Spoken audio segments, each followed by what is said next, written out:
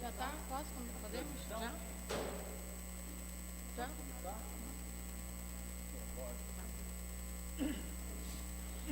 Bom dia a todos. Bom dia a todos os presentes aqui, congressistas, professores, palestrantes. E bom dia também a todos que estão nos acompanhando online. Hoje nós estamos dando continuidade ao 2º Congresso Brasileiro de Biodiversidade e Biotecnologia da Amazônia, da Rede Bionorte. E hoje iremos começar com a palestra Biologia Sintética e o Futuro da Biotecnologia, que será apresentada pelo professor Espartaco Astolfi Filho, da Universidade Federal do Amazonas. O professor Espartaco é mestre em Biologia Molecular pela UNB, doutor em Ciências pela UFRJ, pós-doutor na área de Engenharia Genética no Instituto de Ciências e Tecnologia da Universidade de Manchester, atuou no desenvolvimento das tecnologias de produção DNA polimerase e, em parceria com a Biobras, Bioquímica do Brasil S.A., desenvolveu a tecnologia de produção de insulina humana por engenharia genética e fermentação bacteriana. Integra o Conselho Científico da Cristália Produtos Químicos Farmacêuticos Limitada e é professor emérito da Universidade Federal do Amazonas. Professor Espartaco, eu lhe convido a dar início à sua palestra. Obrigada. Obrigado, professora. Bem, bom dia a todos. Tá? É uma satisfação muito grande estar aqui com vocês, tá? E apresentar esse tema que é exatamente a minha área, né?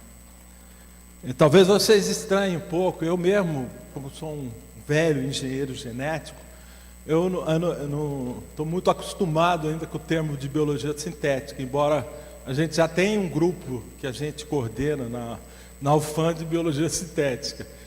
Por quê? Porque se criou esse nome, né, que na realidade é um nome moderno, né, de confluência de nanotecnologia, engenharia genética, bioengenharia, engenharia metabólica e tal. Mas eu gosto de apresentar esse tema colocando um pouquinho a transição entre a engenharia genética para essa fase que a gente chama de biologia sintética. Colocando isso é mais fácil de entender, não é? Bom, a biologia sintética, vocês vão ver, ela pressupõe que você considera os seres vivos um conjunto, né, de vias metabólicas, de vias moleculares, que você pode desconstruir e reconstruir de acordo com a necessidade ou interesse, né? Então, esse conjunto todo moderno de atividades que se chama hoje de biologia sintética, né? Bom, eu vou ter que ser um pouco rápido, porque a gente só tem 50 minutos no total, 40 minutos para falar sobre o tema, para ter um tempinho para perguntas, né? Mas as pessoas que interessarem por isso, a gente oferece na Rede Bionorte, em outro sistema de pós-graduação junto também, PPG Biotech em Manaus. Todo ano a gente só parou na pandemia, né, a disciplina de engenharia genética, que envolve essas coisas todas praticamente. Okay? Então vai ser oferecido em novembro, já está no calendário. Então, para detalhes, quem gostar pode se inscrever na disciplina. Muito bem. A gente vai falar uma introdução muito rápida de biologia molecular, a engenharia genética classe e a transição para a biologia sintética, né? Bom, essa molécula maravilhosa, né, a molécula do DNA, que é a principal, digamos, molécula que é manipulada na biologia sintética. Isso aqui, gente, é uma Escherichia coli, né, uma bactéria, que o genoma da ordem de 5 milhões de pares de base, quer dizer, 5 mega par de base, né? O genoma é um cromossoma que está espalhado aqui, isso é uma micrografia eletrônica, e aqui tem uns pequenos DNAs de replicação autônoma, que são episomos ou os plasmídeos, que nós usamos em engenharia genética, como ele tem replicação autônoma, para cortar isso aqui e colocar um gene heterólogo de outra origem, para colocar, por exemplo, na própria bactéria. Então, isso é um vetor, por exemplo, usado em engenharia genética, né? Lembrando, o fluxo de informação genética, a gente vai do DNA, ele é transcrito pela RNA polimerase para o RNA, as várias formas, o RNA mensageiro, que é traduzido para a proteína. E alguns vírus fazem transcrição reversa, né? Os retrovírus. Na época que se estudou e decifrou aquele esquema que é o dogma central da biologia molecular, foi uma época extremamente rica, que foi de meados da década de 50 a meados da de 60, com muitos prêmios Nobel e tal. E a biologia molecular, nessa época, era a mais acadêmica de todas as áreas da biologia, né? E essa fase do dogma central, ela termina com a descoberta do operon, né? Como é que o gene é regulado, né? Dentro da bactéria, né? Que tem os genes estruturais, operadores, onde repressores, ou correpressores se ligam, e a RNA polimerase, né? Então, o sistema é regulado porque tem genes reguladores, por exemplo. Isso aqui é operon triptofano, né? Então, quando precisa de triptofano, na coli, por exemplo, esse operon funciona, produz as enzimas que sintetizam o triptofano. Mas quando tem excesso de triptofano, isso não precisa funcionar, né? Então, o que acontece? Tem um gene regulador que produz uma proteína, que é um correpressor, que é inativo. Se liga ao repressor, o correpressor forma um repressor ativo, que é capaz de ligar no operador.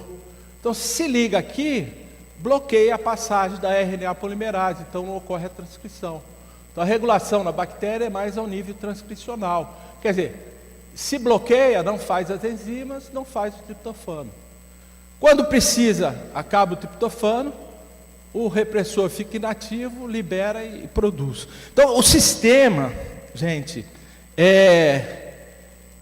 o nosso sistema é todo regulado, né, por esse mecanismo e por outros também, né, ao nível do próprio metabolismo, etc. Então, isso aqui é uma pequena parte do mapa metabólico, é o metabolismo central, né? E com a biologia sintética a gente pode interferir nessa... Não sei o que aconteceu. Ei, pessoal, houve um probleminha aqui. Isso. Bom, a gente pode interferir nessas vias metabólicas, inclusive trocando parte das vias, substituindo parte das enzimas, colocando uma nova via. Então, atualmente a situação está mais ou menos essa, né? Utilizando engenharia genética e outras técnicas modernas de edição gênica, né? Muito bem. Em 73 foi o marco, né, quando apareceu a tecnologia da DNA recombinante, a engenharia genética.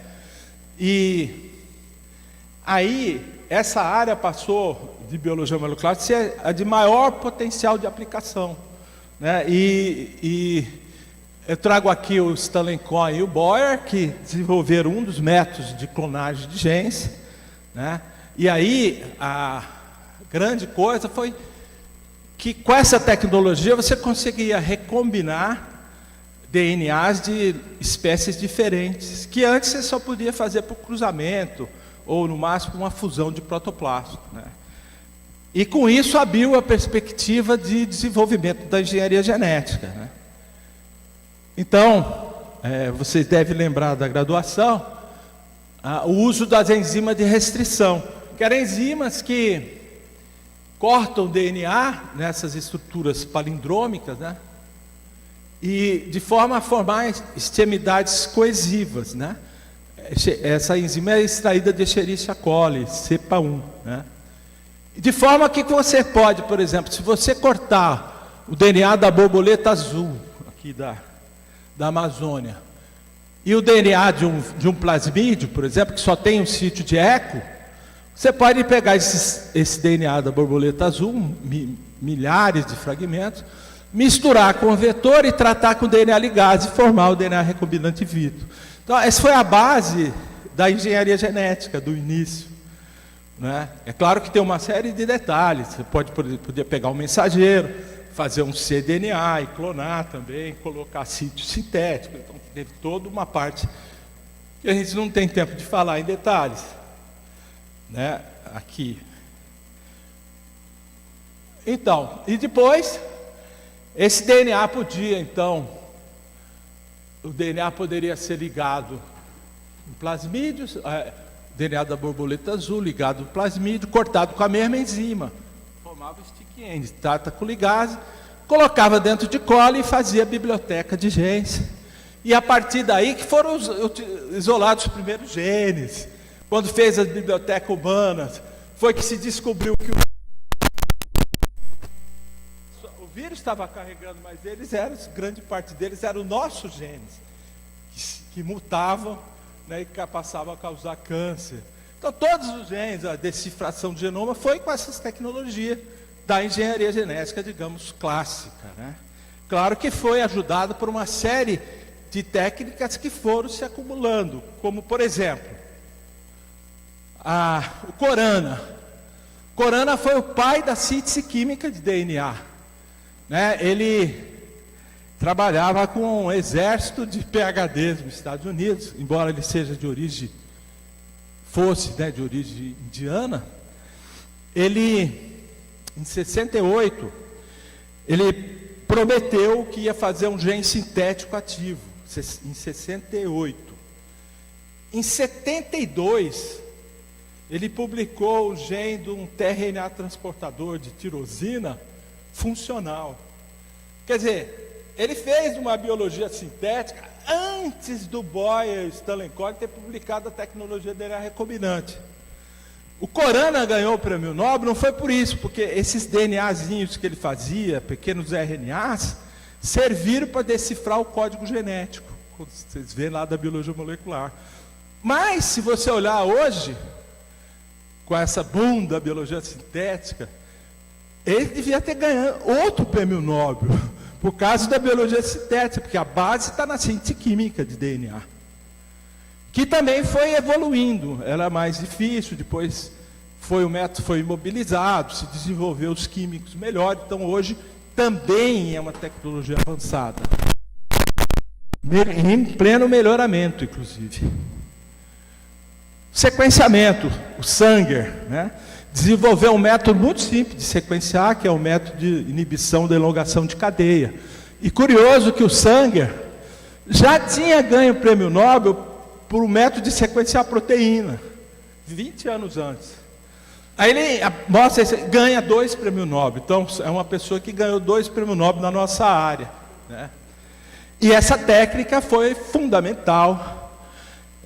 Foi com essa técnica que se sequenciou o genoma humano e se sequenciou também o transcriptoma do Guaraná, na rede genômica da Amazônia, né? Passando rápido isso. E também surgiu, aí em 83, a técnica de PCR, que foi, assim, popularizada mais em torno de 90, com a automatização, com termocicladores, com a polimerase termoestável, né? Que você podia, então, se você tem um DNA, a partir de 2 iniciadores, você podia fazer cópias, várias cópias, até, teoricamente, a partir de uma molécula de DNA, você poderia produzir a quantidade, teoricamente, que você quiser, né? Então, a partir de nada, você conseguia produzir micogramas de DNA. Isso facilitou muito, porque se tivesse a sequência do gene, por exemplo, que alguém descrevesse, você faria 2', pegava o genoma e amplificava, né? E você podia, por essa técnica também, inclusive, os iniciadores para amplificação, você poderia colocar aqui sítio de enzima de restrição em posições exatas, de forma que se amplifica, corta e poderia ligar num vetor de expressão. Então, o PCR popularizou. E mais, o PCR foi a base de desenvolvimento também do sequenciamento de nova geração, né? Então, foi fundamental essa tecnologia.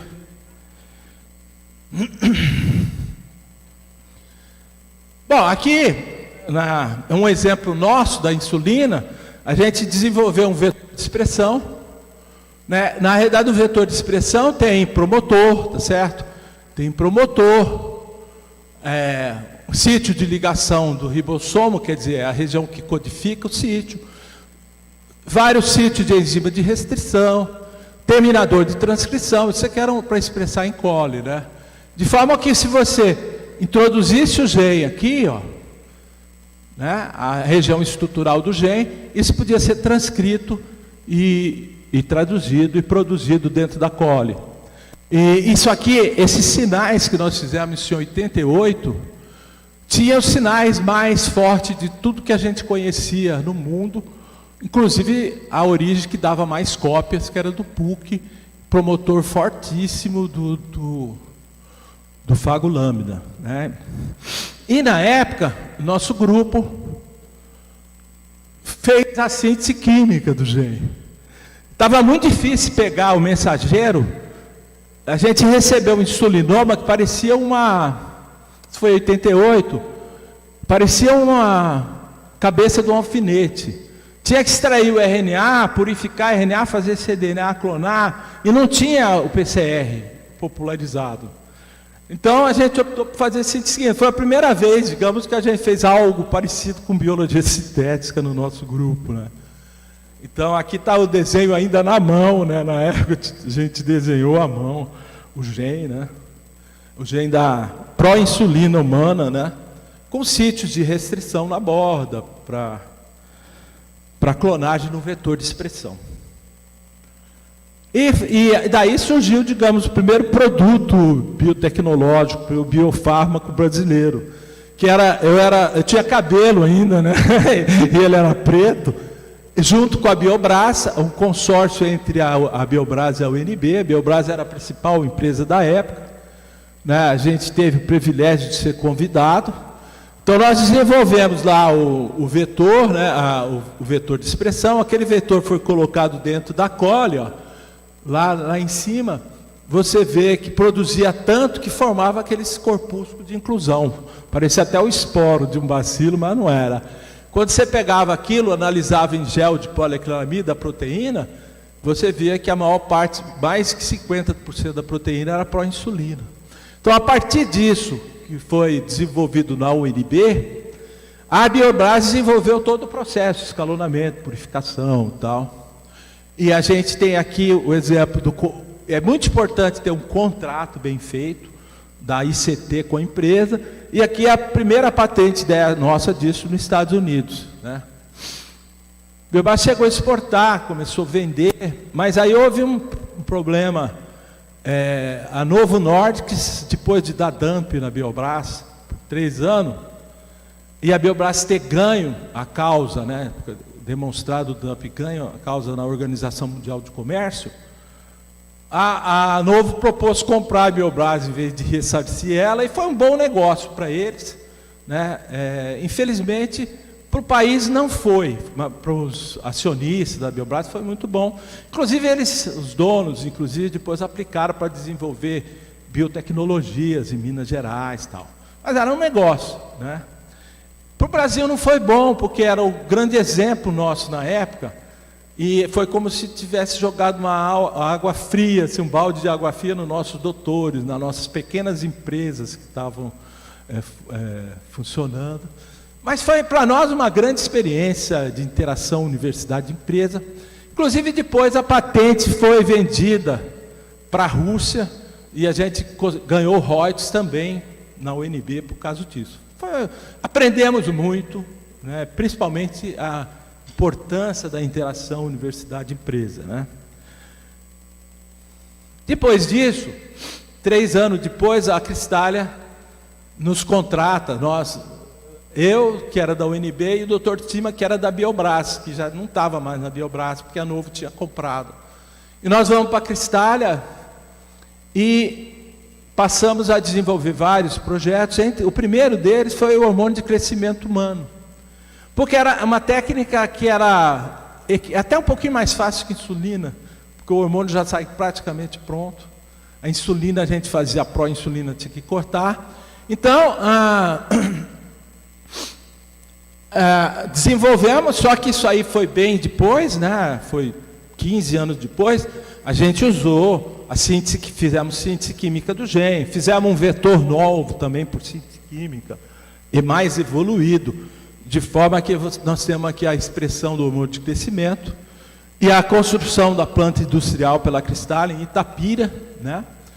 E o processo a gente assinou o convênio. Aliás, e uma coisa que precisa dizer, que é importante, é que enquanto construía a parte de pesquisa, a parte da Cristália, para adiantar, inclusive a gente fez o clone feito por engenharia genética, já a biologia sintética, aí, com as técnicas mais modernas, foi feito na UFAM, né?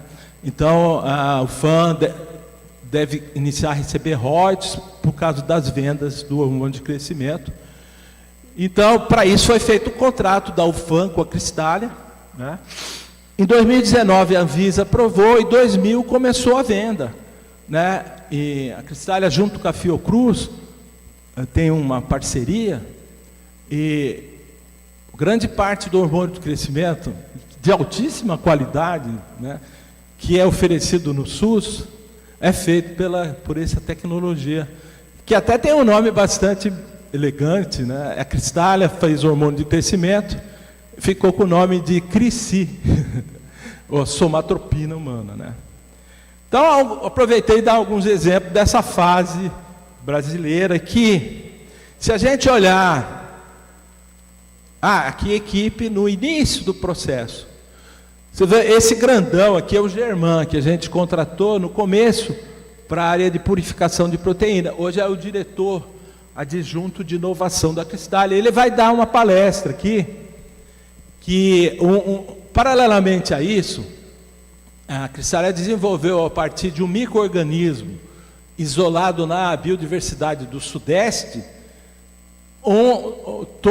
desde o isolamento até o produto final, a colagenase, né, foi totalmente feito aqui no Brasil, pela Cristália. Então, um produto da biodiversidade biológico. Então, o Dr. Germán vai fazer uma apresentação aqui, né, da Cristália. Então, está aí na programação. Bom, nessa fase, então, essa fase da engenharia genética, vocês veem aqui, olha, vocês têm a soja maradona, o milho BT, o camundongo gigante. Essa levedura, a produção de amilase, foi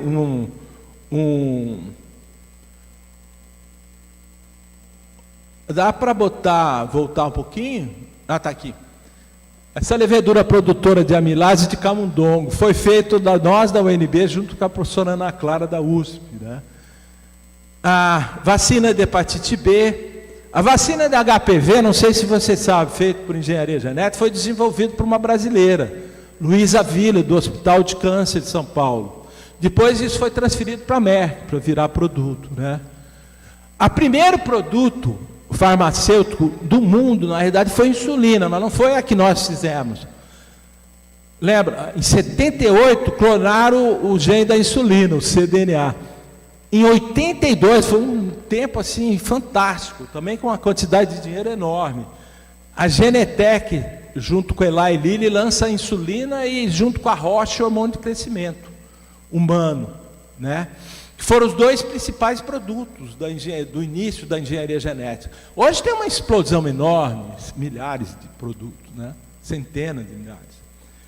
E aí, primeira terapia genética, Cassante Silva, GFP, um grande marcador, e os monoclonais terapêuticos, por exemplo, esse aqui é o rituximab, ele se liga em células leucêmicas que tem muito CD21, né, CD20, né, e liquida a leucemia. Então, a nossa ex-presidente Dilma foi tratado com um anticorpo desse tipo. A Crissália tem uma linha de desenvolvimento, mas ainda não tem um produto nessa área. Mas está desenvolvendo também. Bom, então essa fase da engenharia genética, digamos. E daí, como é que fica a parte de biologia sintética, essa transição? Bom, aí aconteceu uma coisa. Para sequenciar o genoma humano, com aquela técnica que eu falei, se demorou 10 anos, o mundo todo, né? Com sequenciadores automáticos ainda, capilares, né? Até que, misturando nanotecnologia, PCR e alguns macetes químicos, se veio o sequenciamento de nova geração, né? Illumina, Roche, Ion Torrent, né? De forma que a gente gastava um dia, por exemplo, ou mais, 2, 3 dias, para sequenciar 1 megabase e 1 milhão de par de base. A gente passou com isso aqui, sequenciar bilhões de par de base em horas. Né? Por isso que se consegue sequenciar o genoma humano num dia. Aí depois tem a parte de bioinformática. Então, isso aí é uma mão na roda. Você pega uma espécie, você pode sequenciar ela rapidamente e descobrir a via metabólica do fármaco que você quer engenheirar, por exemplo. Né? Aí, olha só. Aconteceu algo que eu acho que tem muito a ver com esse nome de biologia sintética. O Craig Venter, que foi um dos importantes do genoma humano, junto com o Gibson e mais alguns grupos nos Estados Unidos, fez a síntese, quer dizer, tinha ocorrido a síntese de pequenos vírus, essas coisas, mas o genoma de uma bactéria totalmente sintetizado. Claro que ele foi sintetizado em pedacinhos, né? Foram feitos pequenos oligonucleotídeos, tá certo? Que foram ligados entre si, digamos, pequenos oligonucleotídeos de 100, por exemplo, ligados, formando pedaços de 1000, que eram ligados em 10.000, 100.000, até sintetizar 1 milhão de par de base, que era o genoma. Quase caí aqui. Tem esses, professor. Olha só que coisa. Ficou longe aqui, ó. Do Mycoplasma mycosis, que é uma das bactérias, né, que tem o genoma menor, que é parasita de caprino. Né? Então, o que eles fizeram? Eles conseguiram sintetizar o genoma com mudanças que eles queriam e conseguiram, gente, reintroduzir esse genoma. Provavelmente, o que eles fizeram? Eles pegaram a própria bactéria natural, irradiaram para matar o genoma e transformaram com DNA sintético. Né? E com isso, as técnicas de assembly também foram evoluindo, entendeu? Muito bem. Depois, bom, aí tem algumas coisas do assembly, da biologia molecular, que eu digo para vocês, façam engenharia genética com a gente, né? Ou quando o fragmento é muito grande, você pode usar a recombinação na levedura Saccharomyces cerevisiae para montar os fragmentos maiores dentro da própria levedura, né? E esse mesmo grupo, olha só, eles foram estudar o que achavam que eles conseguiram reduzir o genoma para metade, que seria o genoma mínimo. De forma com que... Oh, meu Deus. O que é? Me ajuda aí, gente. Tem algum problema nesse... Volta um pouquinho. Então, eles conseguiram sintetizar um genoma sem uma série de genes que eles consideravam que era secundário. Sintetizaram um genoma de metade do tamanho, que ainda fazia o micoplasma que se replicava. Então imagina, isso é um chassi replicativo que você pode agora botar outras coisas. A base para fazer um ser totalmente diferente. Né? Então, é uma coisa absolutamente... Então, observe, síntese química disso. Isso tem muito a ver com o novo termo biologia sintética, que, na realidade, para você desenhar isso, você tem que entender de engenharia de proteínas, síntese de genes, clonagem, né? Tem que entender muito de biologia celular. Então, é a confluência disso tudo que faz a biologia sintética atual uma potência enorme, né, para a biotecnologia.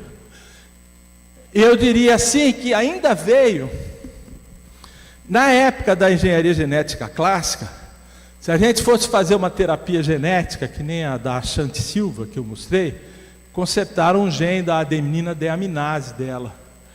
Aquilo foi colocado num retrovírus e infectado as células sanguíneas, precursora dela. Só que aquilo se fazia e depois você rezava para aquilo se integrar num lugar certo. Não integrar num lugar errado que desse outro câncer ou inibisse a célula.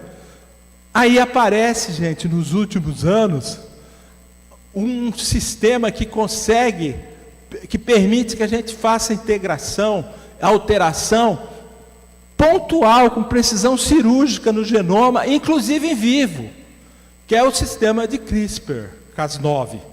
Então, algo, para mim, na minha opinião, absolutamente fantástico. Essa proteína foi descoberta em bactérias. Na realidade, é uma proteína que monitora o DNA, para ver se tem algum DNA errado, viral, fora, né? Então, olha, gente, essa Cas9, essa proteína, ela usa um RNA guia para descobrir no genoma onde é que tem o genoma errado. Só que o pessoal usa isso, faz RNA guia artificial para identificar exatamente a sequência que você quer no genoma. E a Cas9, quando ela identifica no DNA, ela tem duas atividades, corta a fita de cima e de baixo. Então faz um corte. Naquele corte você pode recombinar o que você quiser. Você põe junto. Ou põe até no mesmo vetor, né? Então, algo absolutamente fantástico, gente. Para você mutagenizar gene, para você colocar gene, até para regular gene. Como ela reconhece posições específicas, né? Você pode usar ela, inclusive, para localizar um gene e reprimir ele.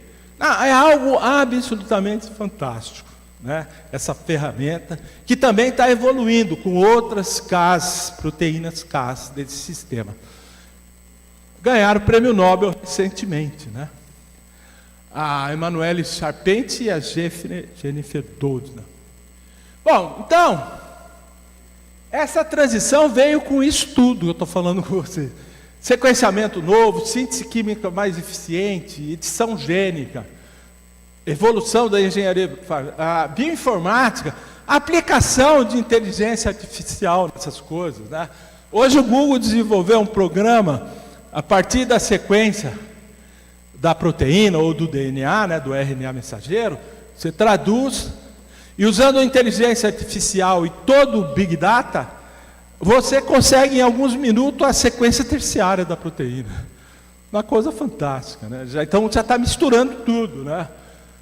Engenharia robótica nisso. Então, hoje, em vez de transformar uma bactéria com um gene, você pode transformar uma bactéria com 50 genes ao mesmo tempo usando robô, programando o robô.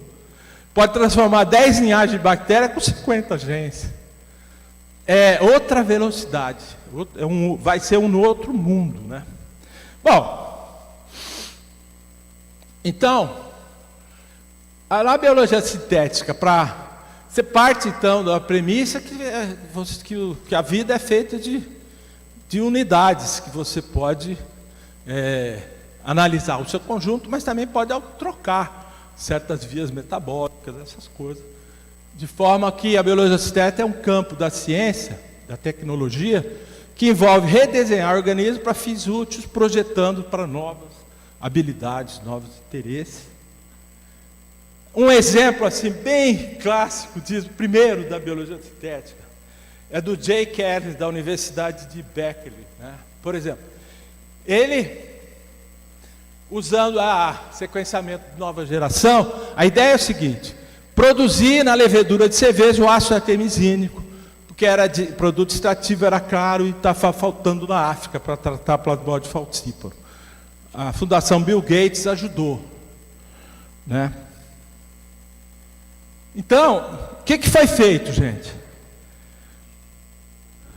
Levedura de cerveja, essa que a gente tem em abundância. A via dos terpenoides foi engenheirada, tá certo?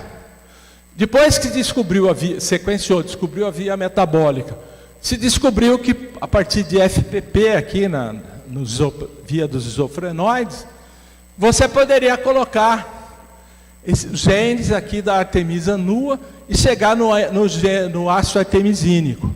Depois, por três etapas orgânicas, chegava na artemisinina. Então, esse é o primeiro produto de alteração de uma via metabólica, é um produto clássico, né? Nessa mesma linha, nessa mesma via, o pessoal aqui da Amyris, aqui, que fez até a planta no Brasil, colocou, a partir de FPP, a farneseno sintase, produzindo esse aqui seria o querosene ideal, né, para aviação, para combustível. Tá? Bom, então, existe agora N exemplos maravilhosos, que eu talvez possa até discutir se tiver tempo, meu tempo está acabando. Então, por exemplo, a Ginkgo Bioworks, que é uma empresa de biologia sintética de desenvolvimento, conseguiu expressar na levedura de cerveja o perfume de uma planta extinta, o Jurassic Parfum. Pegou, né, uma exicata de uma planta, de um hibisco do Havaí, que tinha sido extinto, sequenciaram, identificaram os genes do perfume, expressaram na levedura. Então, Jurassic Perfume. Vou pular isso aqui. Então, são a frase do Bill Gates. Bill Gates disse certa vez que se fosse adolescente, nos dias atuais, estaria hackeando a biologia, criando vida artificial com síntese de DNA, isso é equivalente à programação em linguagem de máquina. Se você quer mudar o mundo de forma grande, é por aí que você deve começar, com moléculas biológicas. Isso aqui é o nosso timinho, não vai dar tempo de comentar, o nosso timinho da UNB, da UFAM, que ganhou medalha de ouro lá em Boston, em MIT, numa competição de biologia sintética. Uma das turmas nossas de engenharia genética, que é teórico-prática, cada grupo faz um experimento de clonagem, expressão. E quando aquela turminha foi nos Estados Unidos defender a máquina geneticamente engenheirada que eles tinham feito no UFAM e ganharam a medalha de ouro, me trouxeram uma camiseta da IDT, que é uma empresa que faz síntese química de DNA, né? E eu adorei o que estava escrito lá, porque era no plena competição de biologia sintética, com a garotinha, 400 grupos do mundo todo, e veio na camiseta, trouxeram para mim, essa frase do Pablo Picasso: "Everything you can imagine is real." Isso ele fez para a parte artística, né? Só que agora, com isso que eu falei para vocês, o limite para nós está na imaginação e na ética, gente. Imaginação e na ética. Então, o futuro da humanidade está na inteligência artificial e na biotecnologia. A aplicação é em praticamente todas as áreas da biotech. E eu vou, em vez de comentar, deixar como pergunta: o que isso pode ser útil? O que da biologia sintética pode ser útil aqui no nosso país e na Amazônia? Obrigado. Obrigado. Consegui o tempo? Conseguiu. Só o microfone. Difícil falar um tempo desse. Muita coisa, né, professor? Muito obrigada, professor Espartaco, por essa oportunidade de dividir todo o seu conhecimento. Só um deve ter sido só 1%, né? Com certeza o professor Espartaco teria muito mais coisa aí para apresentar, assim como foi bem resumido a apresentação do currículo do professor Espartaco. Bem, eu vou abrir para perguntas. Tá? Alguém quer fazer pergunta para o professor Espartaco? Nós temos 10 minutos abertos para perguntas. Só levantar a mão que eu levo o microfone.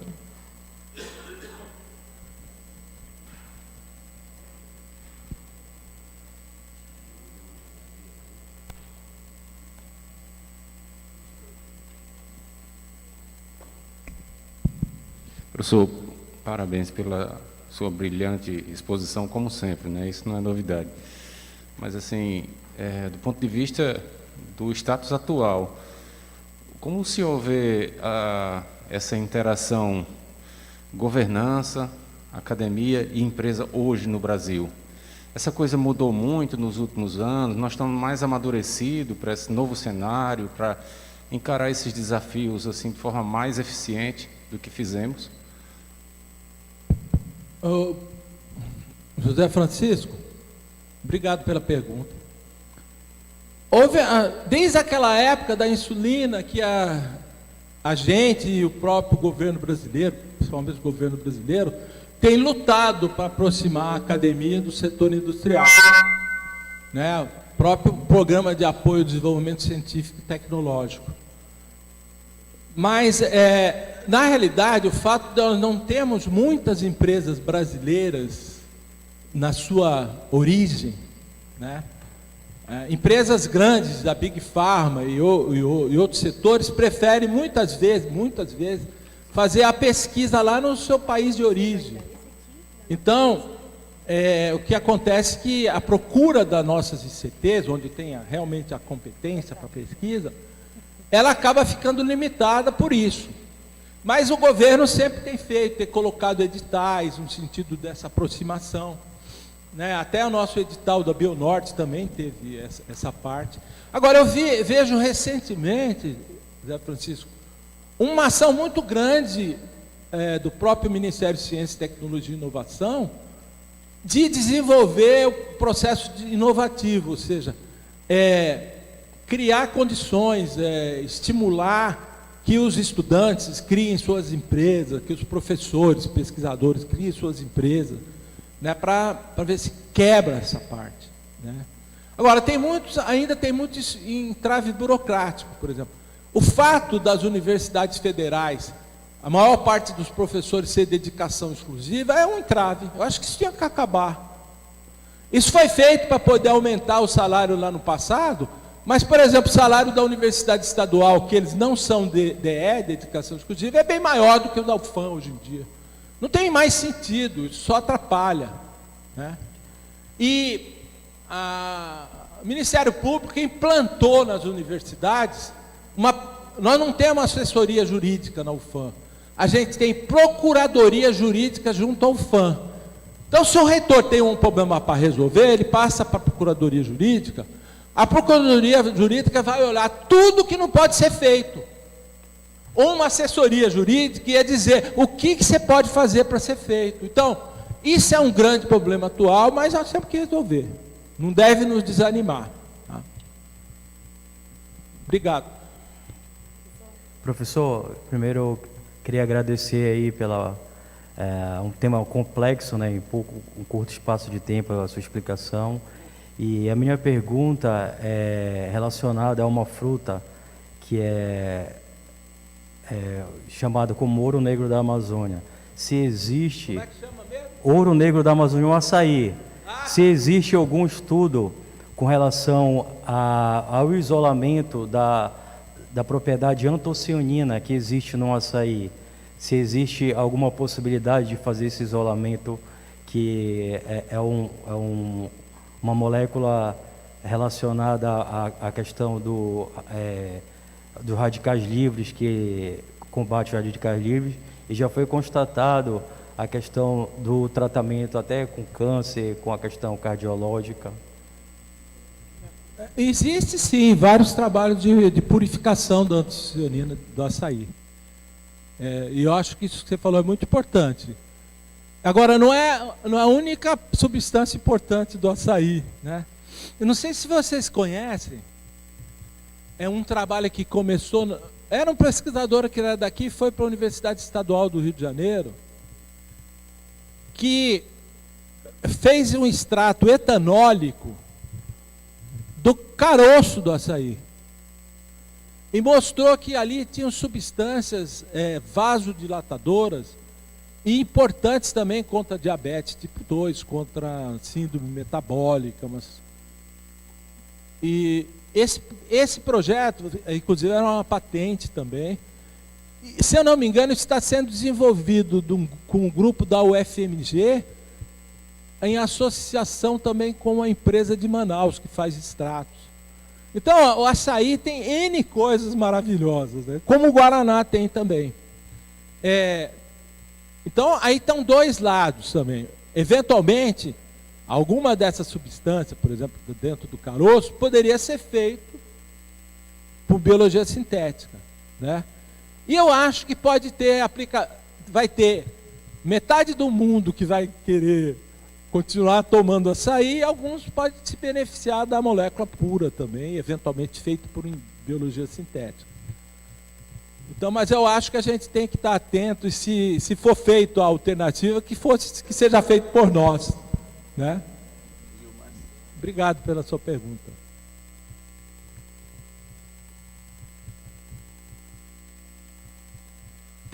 Tendo um minuto, queria comentar um aspecto. Vocês viram esse problema, um dos problemas da área farmacêutica? Nós deixamos muito de desenvolver a nossa indústria de síntese química orgânica. Desde a época do Collor, que ele abriu irresponsavelmente o mercado, quebrou as nossas empresas. Até as que faziam equipamento de biologia molecular quebraram. Eles não fizeram como a China. Ele escancarou o mercado sem nenhum planejamento. Inclusive, tirou o dinheiro do CNPq no começo. Eu lembro que nós começamos a fazer TAC polimerase, eu da UNB, junto com o pessoal do Rio Grande do Sul, do Centro de Biotecnologia, e a TAC estava $1 por unidade. Quando a gente lançou no mercado a nossa, caiu na hora para 0,2, depois foi caindo. Então, o fato da gente ter feito aqui ajudou a viabilizar a PCR naquele início aqui no Brasil, né? Ajudou a cair o preço e tinha um fornecimento para quem quisesse. Muitas vezes, como não tinha dinheiro na pesquisa, a gente fornecia a enzima, os caras pediam, a gente fornecia a enzima e eu fazia os primers, porque a gente tinha máquina de sintetizar oligonucleotídeos na UNB e a gente mandava, né? E isso aí eu fazia claro que às vezes o centro lá vendia, mas quando não tinha dinheiro a gente fazia questão de mandar também, falava, quando você puder, você paga. Então, às vezes, 20 anos depois, eu estou andando por aí, por algum aeroporto, chega alguém, você que é o Espartaco? Puxa vida, obrigado, se não fosse aquela enzima, ela não tinha feito meu mestrado. Mas olha o absurdo que foi feito no nosso país. Você escancara o mercado e tira o dinheiro da pesquisa. Parece que você quer planejar a destruição do país. Vê as consequências agora, né? Toda a parte de síntese orgânica, essas coisas, inclusive lá do polo de Camaçari, nas matérias-primas derivadas de petróleo, aquilo foi tudo fechado, né? Por razão desse tipo, falta de proteção, né? E consequência, nós na época fazíamos 55% dos insumos farmacêuticos ativos no Brasil. Hoje a gente faz 5%. Então, a luta da Cristália de fazer os IFA aqui é muito importante. Ela faz os anestésicos e o narcos analgésico, que foi extremamente importante para essa pandemia. Porque a Cristália operou essas linhas dela de anestésico e narcoanalgésico sem parar um minuto durante a pandemia para não faltar no Brasil. Então, a situação da pandemia, a situação da guerra, mostra a nossa fragilidade, gente. Nós somos um país imenso, nós temos um povo criativo, trabalhador, gente. Nós já somos praticamente autossuficiente em energia. Em alimentação, gente, a gente também precisa ser na área farmacêutica e outras áreas biotecnológicas. Então, eu acho que tem que ter realmente um programa de Estado brasileiro que planeje o desenvolvimento disso. Vê, por exemplo, a gente tem potássio aqui, né? O Zé Francisco está desenvolvendo uma metodologia de aproveitamento melhor do potássio. Nós temos potássio aqui, mas a gente importa de fora, gente. Então tem um monte de coisa que a gente tem que se prevenir por questão de segurança do nosso povo, do nosso país, entendeu? Então, essa área, eu acho essa área importantíssima. Inclusive, se pode usar a biologia sintética para fazer aquilo que fazia por síntese orgânica do petróleo. Fazer a partir de caldo de cana, biomassa, etileno glicol, ácido glicólico, essas coisas que são a base de polímeros, né? Inclusive, aproveitar e fazer polímeros biodegradáveis, né? Para toda uma indústria de química fina, baseada em biologia sintética, porque nós somos produtores de biomassa. Precisa usar o petróleo. Então, está aí um futuro para o Brasil, ok? Obrigado.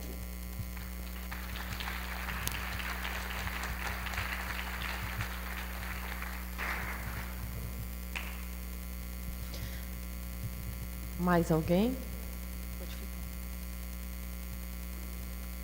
Obrigado, professor Esparta.